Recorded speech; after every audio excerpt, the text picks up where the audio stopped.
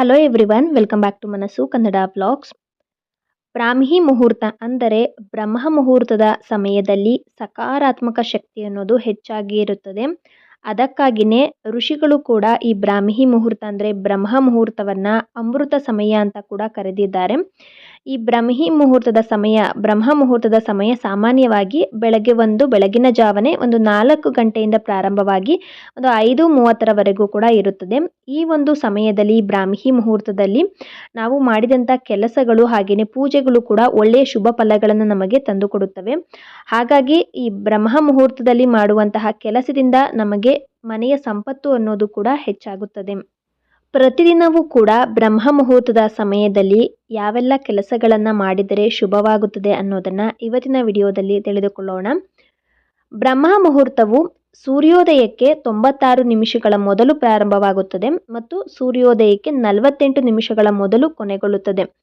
ಉದಾಹರಣೆ ಅಂದರೆ ನೋಡಿ, ಈಗ ಸೂರ್ಯೋದಯ ಬೆಳಗ್ಗೆ 6 ಗಂಟೆಗೆ ಆಗ್ತಾ ಇದೆ ಅಂದರೆ ಬ್ರಹ್ಮ ಮುಹೂರ್ತವು ಬೆಳಗ್ಗೆ 4 ಗಂಟೆ 24 ನಿಮಿಷಕ್ಕೆ ಪ್ರಾರಂಭವಾಗಿ ಬೆಳಗ್ಗೆ 5 ಗಂಟೆ 12 ನಿಮಿಷಕ್ಕೆ ಕೊನೆಗೊಳ್ಳುತ್ತದೆ. ಅಂದರೆ ಸೂರ್ಯೋದಯ 6 ಗಂಟೆಗಿದೆ ಅಂದರೆ ಈ ಬ್ರಾಹ್ಮಿ ಮುಹೂರ್ತ ಬಂದು ಬೆಳಗಿನ ಜಾವ 4:24ರಿಂದ 5:12 ಕೂಡ ಇರುತ್ತದೆ.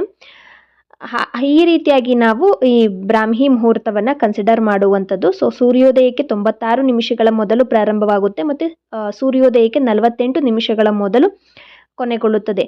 ಇದನ್ನೇ ಬ್ರಾಹ್ಮಿ ಮುಹೂರ್ತ ಅಂತ ಕರೆಯುವಂಥದ್ದು.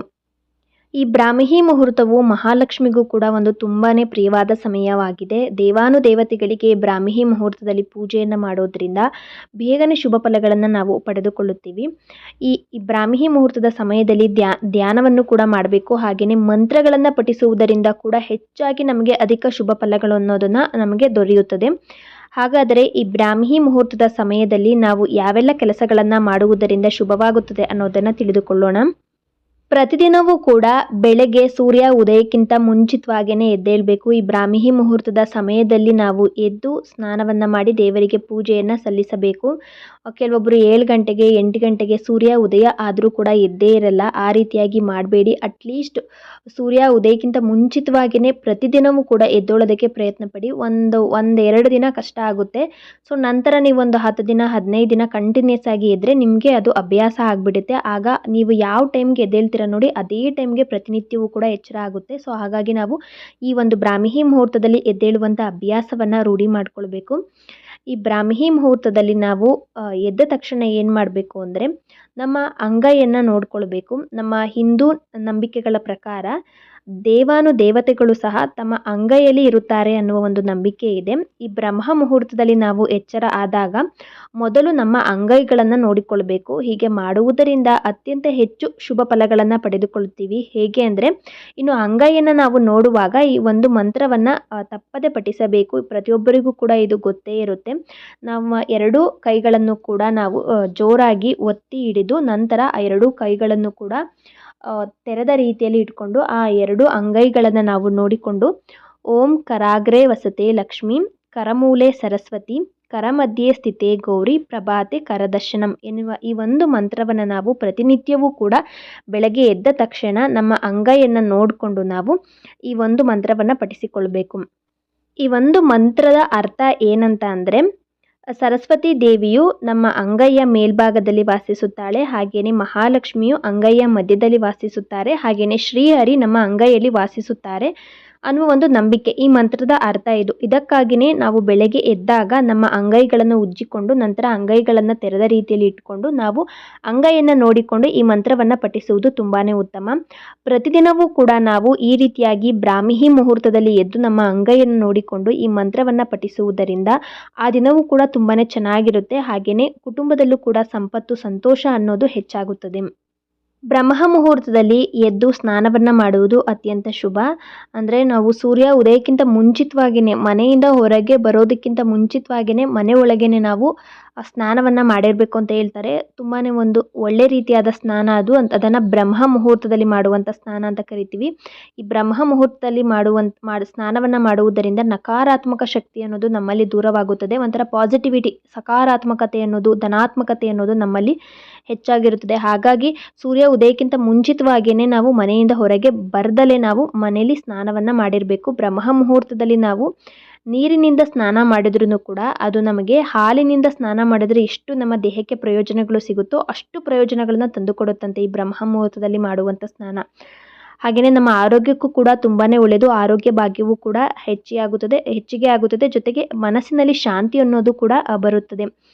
ಬುದ್ಧಿವಂತಿಕೆ ಅನ್ನುವಂಥದ್ದು, ದೇಹದ ಶಕ್ತಿಯನ್ನು ಕೂಡ ಹೆಚ್ಚು ಮಾಡುತ್ತದಂತೆ. ನಾವು ಈ ಬ್ರಾಹ್ಮಿ ಮುಹೂರ್ತದಲ್ಲಿ ಸ್ನಾನವನ್ನು ಮಾಡೋದ್ರಿಂದ ನೀವು ಕೂಡ ಅಭ್ಯಾಸವನ್ನು ಮಾಡ್ಕೊಳ್ಳಿ. ಖಂಡಿತವಾಗಿಯೂ ಕೂಡ ಒಂದು ಥರ ಉತ್ಸಾಹ, ದೇಹದಲ್ಲಿ ಶಕ್ತಿ ಅನ್ನೋದು ಕೂಡ ಹೆಚ್ಚಾಗುತ್ತದೆ. ಬ್ರಾಹ್ಮಿ ಮುಹೂರ್ತದಲ್ಲಿ ಸ್ನಾನವನ್ನು ಮಾಡಿದ ನಂತರ ತಪ್ಪದೆ ದೇವರಿಗೆ ದೀಪವನ್ನು ಹಚ್ಚಿಟ್ಟು ಪೂಜೆಯನ್ನು ಮಾಡಬೇಕು. ಅದರಲ್ಲೂ ಕುಲದೇವರಿಗೆ, ಮನೆ ದೇವರಿಗೆ ದೀಪವನ್ನು ಹಚ್ಚಿಟ್ಟು ಪೂಜೆಯನ್ನು ಮಾಡಬೇಕು. ಹಾಗೆಯೇ ಮಹಾಲಕ್ಷ್ಮಿಯ ಆರಾಧನೆಯನ್ನು ಮಾಡಬೇಕು. ಮಹಾಲಕ್ಷ್ಮಿಯನ್ನು ಒಲಿಸ್ಕೊಳ್ಬೇಕು ಅಂತ ಅಂದ್ಕೊಂಡಿರುವವರು ಖಂಡಿತವಾಗಿಯೂ ಕೂಡ ಈ ಬ್ರಾಹ್ಮಿ ಮುಹೂರ್ತದಲ್ಲೇ ಮಹಾಲಕ್ಷ್ಮಿಗೆ ನೈವೇದ್ಯವನ್ನು ಅರ್ಪಿಸಿ ದೀಪಗಳನ್ನು ಹಚ್ಚಿಟ್ಟು ಪೂಜೆಯನ್ನು ಮಾಡಿ ಆಕೆಯ ಮಂತ್ರವನ್ನು ಜಪಿಸುವುದರಿಂದ ಖಂಡಿತವಾಗಿಯೂ ಕೂಡ ಮಹಾಲಕ್ಷ್ಮಿ ಒಲಿಯುತ್ತಾಳೆ. ಏಕೆಂದರೆ ತಾಯಿ ಮಹಾಲಕ್ಷ್ಮಿಯನ್ನು ಬ್ರಾಹ್ಮಿ ಸ್ವರೂಪಿಣಿ ಅಂತ ಕರೆಯಲಾಗುತ್ತದೆ. ಹಾಗಾಗಿನೇ ಈ ಬ್ರಹ್ಮ ಮುಹೂರ್ತದಲ್ಲೇ ಮಹಾಲಕ್ಷ್ಮಿಗೆ ಪೂಜೆಯನ್ನು ಮಾಡುವಂಥದ್ದು. ಒಂದು ಗೋಧೂಳಿ ಸಮಯ, ಹಾಗೆಯೇ ಇನ್ನೊಂದು ಬ್ರಾಹ್ಮಿ ಮುಹೂರ್ತ. ಈ ಎರಡೂ ಸಮಯದಲ್ಲೂ ಕೂಡ ಮಹಾಲಕ್ಷ್ಮಿಗೆ ಪೂಜೆಯನ್ನು ಮಾಡುವಂಥದ್ದು. ಅದರಲ್ಲೂ ಹೆಚ್ಚಾಗಿ ಬ್ರಾಹ್ಮಿ ಮುಹೂರ್ತದಲ್ಲಿ ಯಾರೆಲ್ಲ ಮಹಾಲಕ್ಷ್ಮಿಗೆ ಪೂಜೆಯನ್ನು ಮಾಡ್ತಾರೋ ಖಂಡಿತವಾಗಿಯೂ ಕೂಡ ಹಣದ ಸಮಸ್ಯೆಗಳು ನಿವಾರಣೆ ಆಗುತ್ತವೆ. ನೋಡಿ, ಪ್ರತಿ ಶುಕ್ರವಾರನೂ ಕೂಡ ಬ್ರಾಹ್ಮಿ ಮುಹೂರ್ತದಲ್ಲೇ ಬೆಳಗ್ಗೆನೇ ಎದ್ದು ಮಹಾಲಕ್ಷ್ಮಿಗೆ ನೈವೇದ್ಯವನ್ನು ಅರ್ಪಿಸಿ ಮನೆಯಲ್ಲಿ ಪೂಜೆಯನ್ನು ಮಾಡಿ ಖಂಡಿತವಾಗಿಯೂ ಕೂಡ ಶುಭ ಫಲಗಳು ದೊರೆಯುತ್ತವೆ. ಜೊತೆಗೆ ನಾವು ಮನೆಯಲ್ಲಿ ದೀಪವನ್ನು ಹಚ್ಚಿಟ್ಟು ಕುಲದೇವರಿಗೆ ಪೂಜೆಯನ್ನು ಮಾಡಿದ ನಂತರ ತುಳಸಿ ಗಿಡದ ಬಳಿ ದೀಪವನ್ನು ಹಚ್ಚಿಟ್ಟು ತುಳಸಿಗೂ ಸಹ ಪೂಜೆಯನ್ನು ನೆರವೇರಿಸಬೇಕು. ತುಳಸಿ ಗಿಡಕ್ಕೆ ನೀರನ್ನು ಅರ್ಪಿಸಿ ಒಂದು ದೀಪವನ್ನು ಬೆಳಗಿ ನಾವು ಪೂಜೆಯನ್ನು ಮಾಡಬೇಕು. ಪ್ರತಿನಿತ್ಯವೂ ಕೂಡ ತುಳಸಿಗೆ ನೀರನ್ನು ಅರ್ಪಿಸಬೇಕು. ಈ ಬ್ರಾಹ್ಮಿ ಮುಹೂರ್ತದಲ್ಲಿ ತುಳಸಿಗೆ ನೀರನ್ನು ಅರ್ಪಿಸಿ ಪೂಜೆಯನ್ನು ಮಾಡುವುದರಿಂದ ನಮ್ಮ ಜೀವಿತಾವಧಿಯಲ್ಲಿ ನಾವು ಮಾಡಿದಂತಹ ಪಾಪಗಳು, ಗೊತ್ತೋ ಗೊತ್ತಿಲ್ಲದೇ ಎಷ್ಟು ಪಾಪಗಳನ್ನು ಮಾಡಿರ್ತೀವೋ ಅದನ್ನೆಲ್ಲವನ್ನು ಕೂಡ ತೊಳೆದು ಹಾಕುವಂತಹ ಒಂದು ಶಕ್ತಿ ಈ ಬ್ರಾಹ್ಮಿ ಮುಹೂರ್ತದಲ್ಲಿ ಮಾಡುವಂತಹ ಒಂದು ಪೂಜೆಗೆ ಇದೆ. ಬ್ರಹ್ಮ ಮುಹೂರ್ತದ ಸಮಯದಲ್ಲಿ ತುಳಸಿ ಗಿಡದ ಬಳಿ ದೀಪವನ್ನು ಬೆಳಗಿಸುವುದು ತುಂಬಾ ಮುಖ್ಯವಾದದ್ದು. ಪ್ರತಿನಿತ್ಯವೂ ಕೂಡ ಬ್ರಾಹ್ಮಿ ಮುಹೂರ್ತದ ಸಮಯದಲ್ಲಿ ಮನೆಯಲ್ಲಿ ಪೂಜೆ ಮುಗಿಸಿದ ನಂತರ ಗಾಯತ್ರಿ ಮಂತ್ರವನ್ನು ಪಠಣೆಯನ್ನು ಮಾಡಬೇಕು. ಅದರಲ್ಲೂ ನಮ್ಮ ಕುಲದೇವರನ್ನು, ಇಷ್ಟದೇವರನ್ನು ನೆನಪು ಮಾಡಿಕೊಂಡು ನಾವು ಈ ಗಾಯತ್ರಿ ಮಂತ್ರವನ್ನು ಕನಿಷ್ಠ ಅಂದ್ರೂ ಕೂಡ ಒಂದು 10 ರಿಂದ 15 ನಿಮಿಷಗಳ ಕಾಲ ಈ ಗಾಯತ್ರಿ ಮಂತ್ರವನ್ನು ಪಠಿಸಬೇಕು. ಹಾಗೆಯೇ ನಮ್ಮ ಆಸೆಗಳು ಏನಿದೆಯೋ, ನಮ್ಮ ಇಷ್ಟಾರ್ಥಗಳು ಯಾವೆಲ್ಲ ಈಡೇರಬೇಕಾಗಿದೆಯೋ ಎಲ್ಲವನ್ನು ಕೂಡ ಮನಸ್ಸಿನಲ್ಲಿಟ್ಟುಕೊಂಡು ನಾವು ಈ ಗಾಯತ್ರಿ ಮಂತ್ರವನ್ನು 10 ರಿಂದ 15 ನಿಮಿಷಗಳ ಕಾಲ ಪ್ರತಿನಿತ್ಯವೂ ಕೂಡ ಪಠಣೆಯನ್ನು ಮಾಡಿ ನಮ್ಮ ಮನೆ ದೇವರು, ಕುಲದೇವರನ್ನು ಧ್ಯಾನಿಸಬೇಕು. ಇದರಿಂದ ನಮ್ಮ ಎಲ್ಲ ಇಷ್ಟಾರ್ಥಗಳು ಕೂಡ ಈಡೇರುತ್ತವೆ. ಬರೀ ಒಂದು ದಿನ ಮಾಡುವಂಥದ್ದಲ್ಲ, ಪ್ರತಿನಿತ್ಯವೂ ಕೂಡ ಬ್ರಾಹ್ಮಿ ಮುಹೂರ್ತದಲ್ಲಿ ಈ ಕೆಲಸವನ್ನು ಮಾಡಬೇಕು. ಪ್ರತಿನಿತ್ಯವೂ ಕೂಡ ಬ್ರಾಹ್ಮಿ ಮುಹೂರ್ತದಲ್ಲೇ, ಬ್ರಹ್ಮ ಮುಹೂರ್ತದಲ್ಲೇ ಎದ್ದು ನಮ್ಮ ಅಂಗೈಯನ್ನು ನೋಡಿಕೊಂಡು ಮಂತ್ರವನ್ನು ಪಠಣೆಯನ್ನು ಮಾಡಿ ನಂತರ ಸ್ನಾನವನ್ನು ಮಾಡಿ, ಬ್ರಾಹ್ಮಿ ಮುಹೂರ್ತದ ಸ್ನಾನವನ್ನು ಮಾಡಿ ಮನೆಯಲ್ಲಿ ಕುಲದೇವರಿಗೆ ಅಥವಾ ಮನೆ ದೇವರಿಗೆ, ಇಷ್ಟ ದೇವರಿಗೆ ದೀಪವನ್ನು ಹಚ್ಚಿಟ್ಟು ಪೂಜೆಯನ್ನು ಮಾಡಿ ನಂತರ ತುಳಸಿ ಗಿಡದ ಬಳಿ ಕೂಡ ದೀಪವನ್ನು ಹಚ್ಚಿಟ್ಟು ಪೂಜೆಯನ್ನು ಮಾಡಿ ಹಾಗೆಯೇ ಗಾಯತ್ರಿ ಮಂತ್ರವನ್ನು 10 ರಿಂದ 15 ನಿಮಿಷಗಳ ಕಾಲ ಪಠಣೆಯನ್ನು ಮಾಡಬೇಕು. ಇದಿಷ್ಟು ಕೆಲಸಗಳನ್ನು ಕೂಡ ಬ್ರಹ್ಮ ಮುಹೂರ್ತದ ಸಮಯದಲ್ಲಿ ಮಾಡುವುದರಿಂದ ಹಲವಾರು ಸಮಸ್ಯೆಗಳಿಗೆ ಪರಿಹಾರ ಸಿಗುತ್ತದೆ. ಹಾಗೆಯೇ ಧನ ಸಂಪತ್ತಾಗಿರ್ಬೋದು, ಸಮೃದ್ಧಿ, ಹಾಗೆಯೇ ಸಂತೋಷ ಅನ್ನೋದು ನಮಗೆ ದೊರೆಯುತ್ತದೆ. ಬ್ರಹ್ಮ ಮುಹೂರ್ತವನ್ನು ಅಕ್ಷಯ ಮುಹೂರ್ತ ಅಂತಲೂ ಕೂಡ ಕರೆಯಲಾಗಿದೆ. ಏಕೆಂದರೆ ಈ ಸಮಯದಲ್ಲಿ ಮಾಡುವಂತಹ ಒಳ್ಳೆಯ ಕಾರ್ಯಗಳು ಎಂದಿಗೂ ಕೂಡ ಅದರಿಂದ ನಾಶ ಅಂತೂ ನಾವು ಆಗೋದಿಲ್ಲ. ಅದರಿಂದ ದುಪ್ಪಟ್ಟು ಫಲ ಅನ್ನೋದು ನಮಗೆ ಪ್ರಾಪ್ತಿಯಾಗುತ್ತದೆ. ಪೂಜೆ ಆಗಿರ್ಬೋದು, ಸ್ನಾನ ಆಗಿರ್ಬೋದು, ತುಳಸಿ ಗಿಡದ ಬಳಿ ದೀಪ ಹಚ್ಚಿಡುವಂಥದ್ದು, ದೇವರ ಸ್ತೋತ್ರಗಳನ್ನು, ಮಂತ್ರವನ್ನು ಪಠಣೆ ಮಾಡುವಂಥದ್ದು, ಗಾಯತ್ರಿ ಮಂತ್ರವನ್ನು ಪಠಿಸುವಂಥದ್ದು ಎಲ್ಲವೂ ಕೂಡ ದೀರ್ಘಕಾಲದ ಫಲ ಅನ್ನೋದನ್ನು ನಮಗೆ ಪ್ರಾಪ್ತಿ ಮಾಡುತ್ತವೆ. ಸಕಾರಾತ್ಮಕ ಪರಿಣಾಮ ಅನ್ನೋದು ನಮ್ಮ ಜೀವನದಲ್ಲಿ ಬೀರುತ್ತದೆ. ಹಾಗಾಗಿ ಪ್ರತಿನಿತ್ಯವೂ ಕೂಡ ಬ್ರಾಹ್ಮಿ ಮುಹೂರ್ತದಲ್ಲಿ ಎದ್ದು ಈ ಕೆಲಸಗಳನ್ನು ಮಾಡೋದಕ್ಕೆ ಆದಷ್ಟು ಪ್ರಯತ್ನ ಪಡಿ. ಒಂದು 2-3 ದಿನ ಕಷ್ಟ ಆಗ್ಬೋದು, ಆದರೆ ಒಂದು 10 ದಿನ ನೀವು ಮಾಡಿದರೆ, ಒಂದು 11 ದಿನ ಮಾಡಿದರೆ ಕಂಟಿನ್ಯೂಸ್ ಆಗಿ ನಿಮಗೆ ಅದು ಅಭ್ಯಾಸ ಆಗಿಬಿಡುತ್ತೆ. ಈ ವಿಡಿಯೋ ನಿಮ್ಗೆ ಏನಾದರೂ ಇಷ್ಟ ಆಗಿದ್ರೆ ಮನಸ್ಸು ಕನ್ನಡ ವ್ಲಾಗ್ಸ್ ಚಾನಲ್ಗೆ ಸಬ್ಸ್ಕ್ರೈಬ್ ಮಾಡಿಕೊಳ್ಳಿ.